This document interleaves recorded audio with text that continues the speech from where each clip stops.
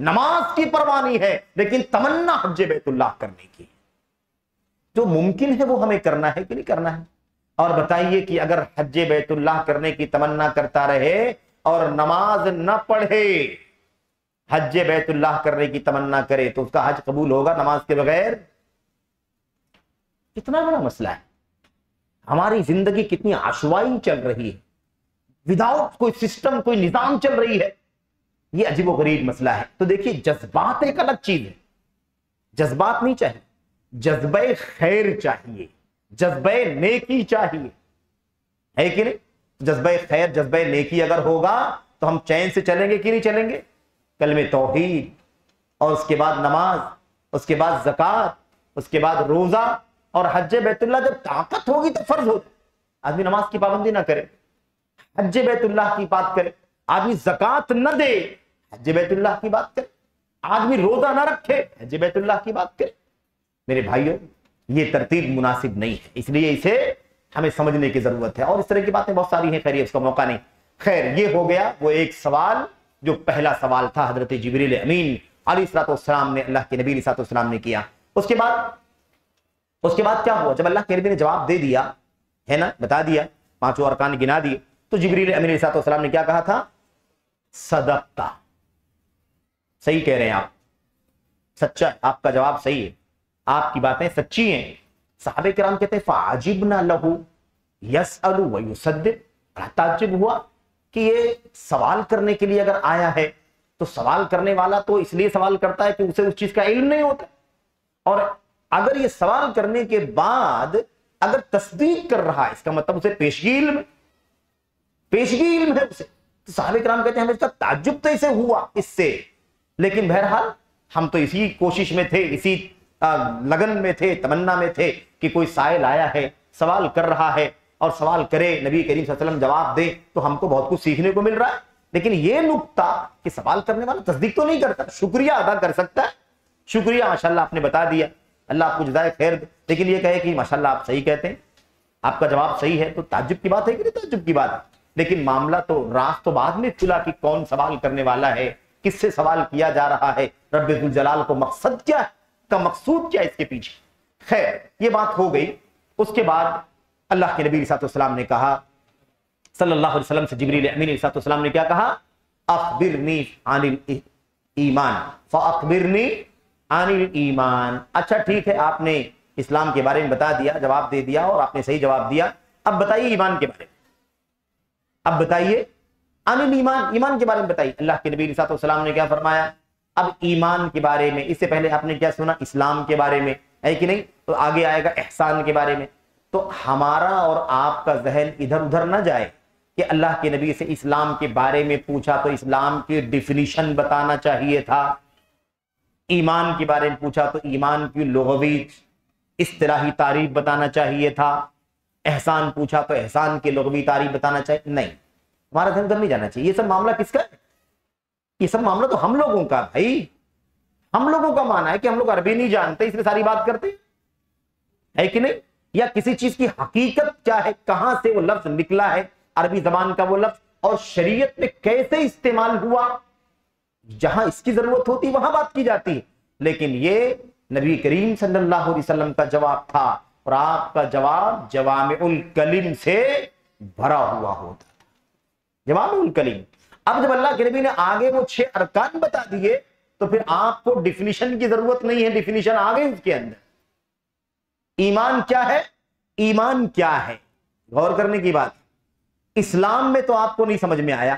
اخبرنی عن الاسلام، اسلام کیا ہے؟ اللہ کے نبی نے فرمایا ان تشہد ان لا الہ الا اللہ، ٹھیک ہے، گواہی دیں. لیکن ایمان والے میں کیا ہے؟ جب اللہ کے نبی علیہ الصلوۃ والسلام سے پوچھا گیا بتائیے ایمان کے بارے میں، تو اللہ کے نبی نے بتایا کہ نہیں بتایا؟ ان تؤمن باللہ. ہو گیا تو ایمان کا معنی سمجھ میں آ گیا، یہ کہ تم سچ مانو، تصدیق کرو، یقین کرو، زبان سے بھی کہو، دل سے بھی یقین کرو، اعلان بھی کرو. تو ان تؤمن، الایمان ان تؤمن، ایمان یہ ہے کہ تم مان لاؤ، یعنی ایمان یہ ہے کہ تم تصدیق کرو، یقین کرو، سچ مانو. آگے بات سمجھ میں؟ باللہ، اللہ تبارک و تعالیٰ پر، اللہ تبارک و تعالیٰ پر ایمان لاؤ، اللہ تعالیٰ پر یقین کرو، اس کی وحدانیت، خواہ وہ اللہ تبارک و تعالیٰ کی بندگی کے اعتبار سے وحدانیت کہ اللہ تعالیٰ واحد احد ہے، اپنی بندگی میں اکیلا، اس اعتبار سے اللہ تبارک و تعالیٰ پر ایمان لاؤ، چاہے اس اعتبار سے کہ جتنے کام دنیا میں ہیں وہ سب اللہ تبارک و تعالیٰ کرنے والا ہے، افعال میں اللہ تبارک و تعالیٰ کے افعال اسی کے ساتھ خاص ہیں، اللہ کے کام، اللہ تنہا ہے اپنے کاموں میں، اللہ تعالیٰ اپنے کاموں میں تنہا ہے، بارش وہی برسا سکتا ہے، کوئی اور نہیں برسا سکتا، روزی وہی دے سکتا ہے، کوئی اور نہیں، شفا وہی دے سکتا ہے، کوئی اور نہیں۔ ایسے ہی آپ دیکھتے چلے جائیں تو اللہ تبارک و تعالیٰ پر ایمان رکھو، ٹھیک ہے۔ اب اس کی وضاحت آپ کے سامنے آئے گی۔ نمبر 1، ان تؤمن باللہ، ایمان یہ ہے کہ تم یقین کرو اس بات پر، اللہ تبارک، کس بات پر؟ اللہ تبارک و تعالیٰ کا یقین کرو۔ اب یقین اللہ تعالیٰ کے بارے میں کس کس پہلوؤں سے کرنا ہے، یہی پہلا نقطہ پورا توحید باری تعالیٰ کا چیپٹر ہے۔ جتنا آپ کو کتاب التوحید ملتا ہے، رسالہ ہو، چند الفاظ میں ہو، 1-2 لائن میں کوئی بات ہو، یا جلدوں میں کوئی بات، جتنا کچھ اللہ کی توحید پر لکھا گیا، بولا گیا، اللہ کے کلام میں اترا، نبی کی سنت میں آیا، انبیاء علیہ السلام پر اترنے والی کتابوں میں اترا، اور ان کی سنتوں میں آیا، یہ پورا کا پورا کہاں ہے؟ ان تؤمن باللہ کے اندر۔ اب یہی وہ بات سمجھ میں آ گئی نا، عقیدہ اور توحید کا عقیدہ، عقیدہ اور توحید کا عقیدہ، ان دونوں کی نسبت سمجھ میں آ گئی۔ عقیدہ اگر کہیں گے تو عقیدے میں 6 باب ہیں۔ کتنے باب ہیں بھائی؟ 6 باب ہیں۔ لیکن جب توحید کا عقیدہ کہیں گے تو پہلا والا ہوگا، دوسرا والا ہے فرشتے کے بارے میں عقیدہ، تیسرا والا ہے کتابوں کے بارے میں عقیدہ، چوتھا والا ہے رسولوں کے بارے میں عقیدہ، پانچواں ہے اللہ تبارک و تعالی کی قیامت جو اللہ تعالیٰ قائم کرے گا، آخرت کا کے بارے میں کیا عقیدہ رکھیں، اور چھٹا کیا ہے؟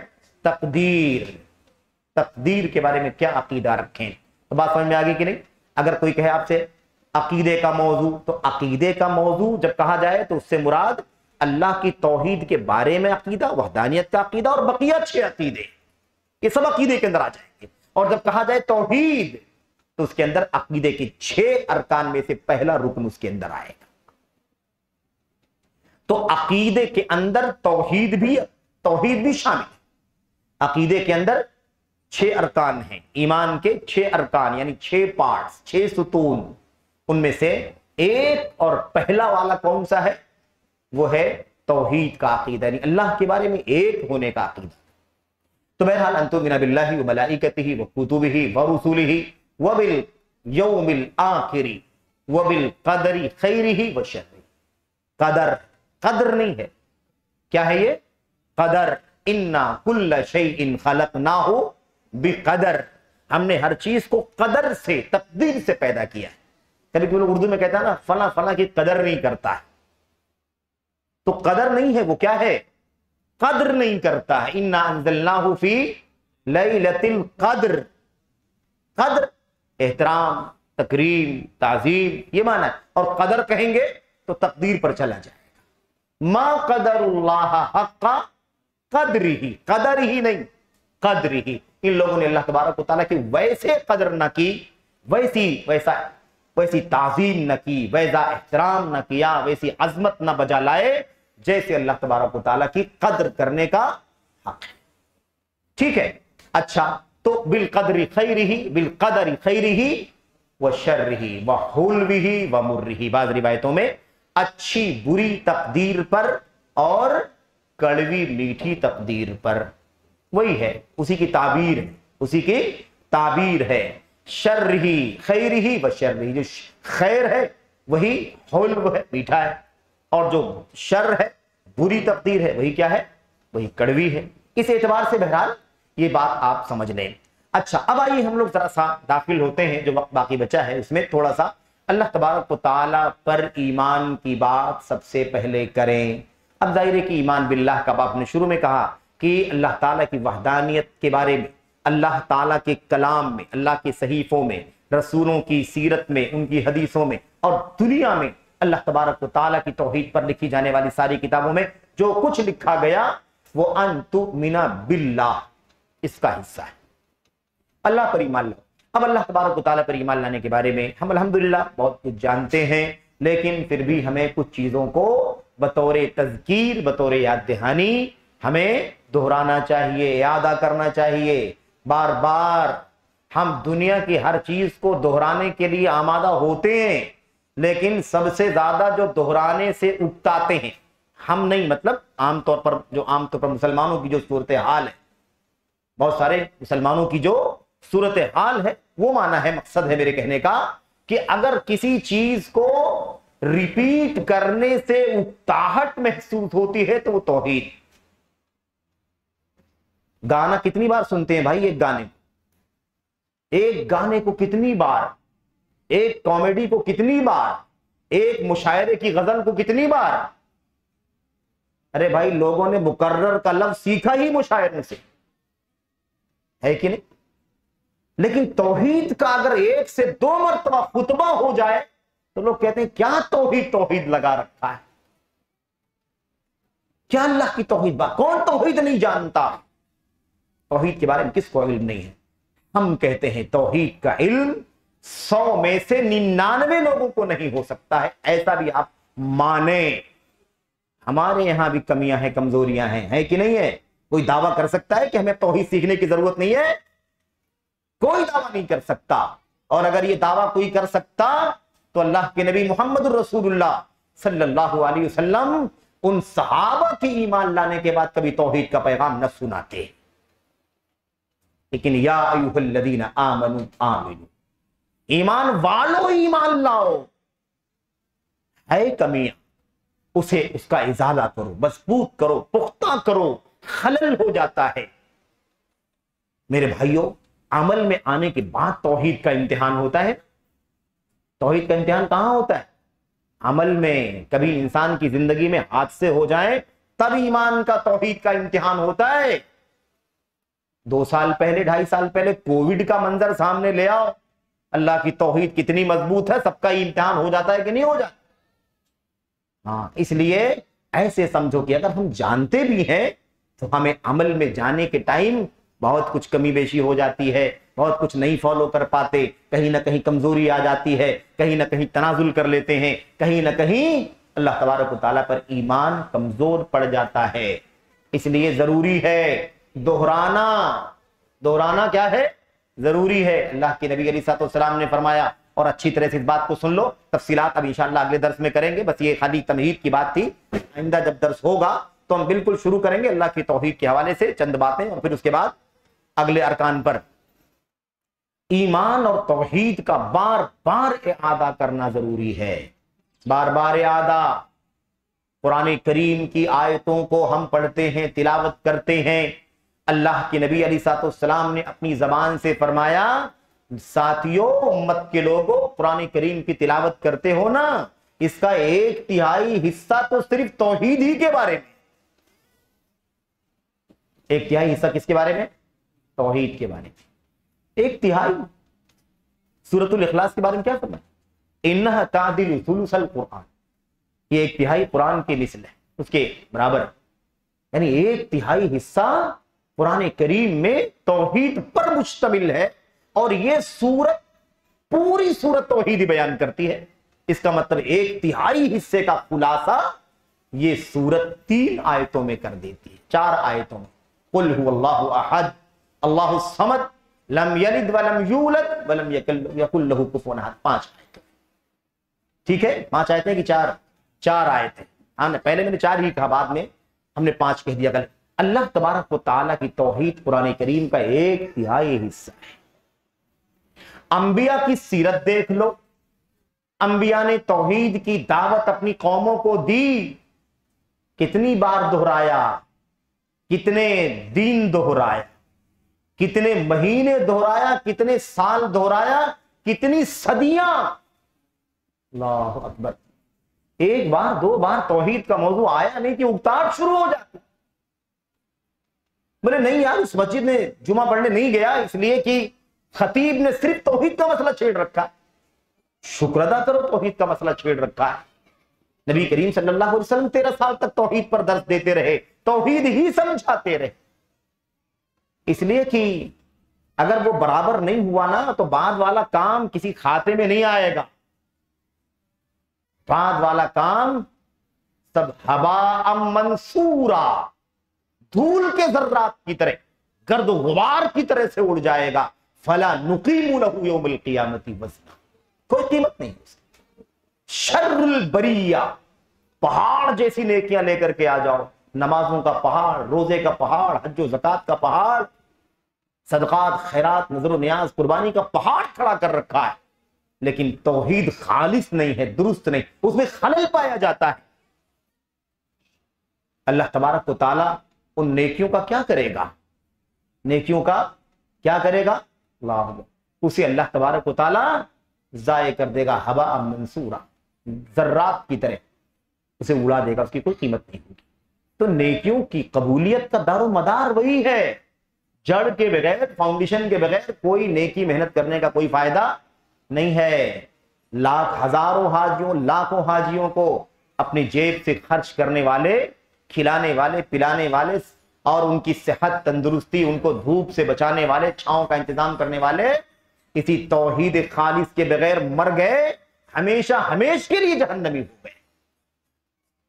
اس لیے توحید سے کبھی اکتاہٹ نہیں ہونی چاہیے. دنیا کا اس سے زیادہ کوئی چاشنی والا, اس سے زیادہ مٹھاس والا چیپٹر, اس سے زیادہ حلاوت والا کوئی موضوع دنیا میں نہیں ہو سکتا. یہ اس وقت جب اللہ سے زیادہ محبوب ہمارے دل میں کوئی نہ ہو, تب اللہ کے موضوع سے زیادہ, اللہ کی وحدانیت کے موضوع سے زیادہ کوئی میٹھا اور شیریں اور دلچسپ موضوع نہیں ہو سکتا. کیونکہ آدمی جس سے محبت کرتا ہے اس کے بارے میں سننا چاہتا ہے, بار بار سننا چاہتا ہے, اس کا بار بار ذکر کرتا ہے, اس کی خوبیوں کو جاننا چاہتا ہے, اس کے اوصاف کو جاننا چاہتا ہے, اس کے کمالات کو فخر سے بیان کرتا ہے. اگر اللہ تعالیٰ سے محبت ویسی ہو جیسی ہونی چاہیے ہمارے دلوں کے اندر, تو یقیناً کبھی توحید کے موضوع سے اکتاہٹ کا شکار نہیں ہوں گے. بار بار توحید کی بات ہونی چاہیے. میرے بھائیوں, انبیاء کی دعوت, انبیاء کی دعوت, انبیاء کی دعوت, انبیاء کا مشن تبلیغ, انبیاء کی زندگی میں تبلیغ, نبیوں والا کام, رسولوں والا کام ہم جانتے ہیں, لیکن یہ کبھی جانا کہ نبیوں کے کام میں سب سے بڑا کام, سب سے اہم کام کون سا تھا؟ بتائیے. نبیوں والا کام تھا تو کیا نبی خالی دوڑنے کا کام کرتے تھے؟ انبیاء علیہ السلام کے کام میں پہلا کام کون سا تھا بتاؤ؟ یا قوم اعبدوا اللہ ما لکم من الہ غیرہ, اے میری قوم کے لوگوں اللہ کی عبادت کرو, بس تمہارا اس کے سوا کوئی سچا عبادت کے قابل نہیں. تو بہرحال میرے بھائیوں, ہم اہل حدیثوں کی جہاں تک بات ہے تو ہمیں بھی چاہیے کہ کیا کریں؟ دہرائیں, اعادہ کریں, نہیں اکتاؤ, اللہ سے استقامت مانگو, دعا کرو کہ جب توحید کی باتیں, آیتیں, حدیثیں سن کے جب پورے طور پر توحید کی گرمی انسان کے اندر ہونا, اللہ کو اٹھانا ہو تو اسی وقت اٹھا لے. سمجھ رہے ہیں؟ تاکہ جائیں تو مریں تو اللہ کی خالص توحید لے کر کے دنیا سے چلے. یہ تمنا ہونی چاہیے, یہ سوچ ہونی چاہیے. یہ ہمارا طریقہ. اللہ کے نبی علیہ السلام نے, آخری بات, اللہ کے نبی علیہ السلام نے کیا فرمایا؟ آپ نے فرمایا ان الایمان, غور سے سننا اس چیز, ان الایمان, وہی ایمان, ان تؤمن باللہ, اخبرنی عن الایمان, مل ایمان. اسی کے بارے میں اللہ کے نبی کیا فرماتے ہیں؟ یہ ہمارے آپ کے لیے ہے, کیونکہ ہم لوگ تو توحید والے, تو ہمیں توحید سننے کی کہاں ضرورت ہے. یہ نہیں ہونا چاہیے. اللہ کے نبی علیہ السلام نے فرمایا ان الایمان لا يخلق في جوف احدكم كما يخلق الثوب فاتلوا القرآن یا فاقرؤوا القرآن يجدد الایمان في قلوبكم. لوگوں, ایمان والوں, نبی نے کس کو مخاطب کیا بھائی؟ ہم سب مخاطب ہیں اللہ کے نبی کے, لیکن نبی کے سامنے کون تھا؟ آپ کی نگاہوں کے سامنے کون تھا؟ صحابہ کرام. اللہ کے نبی صحابہ کو کہتے ہیں کیا؟ اللہ اکبر. ساتھیوں, ابو بکر, عمر, عثمان, علی, طلحہ, زبیر اور صحابیات, اللہ کے نبی سب کو مخاطب کر رہے ہیں کہ نہیں کر رہے ہیں؟ پہلے نمبر پر. اس کے بعد رفتہ رفتہ پوری امت, یہاں تک قیامت تک سب کے لیے ہے یہ.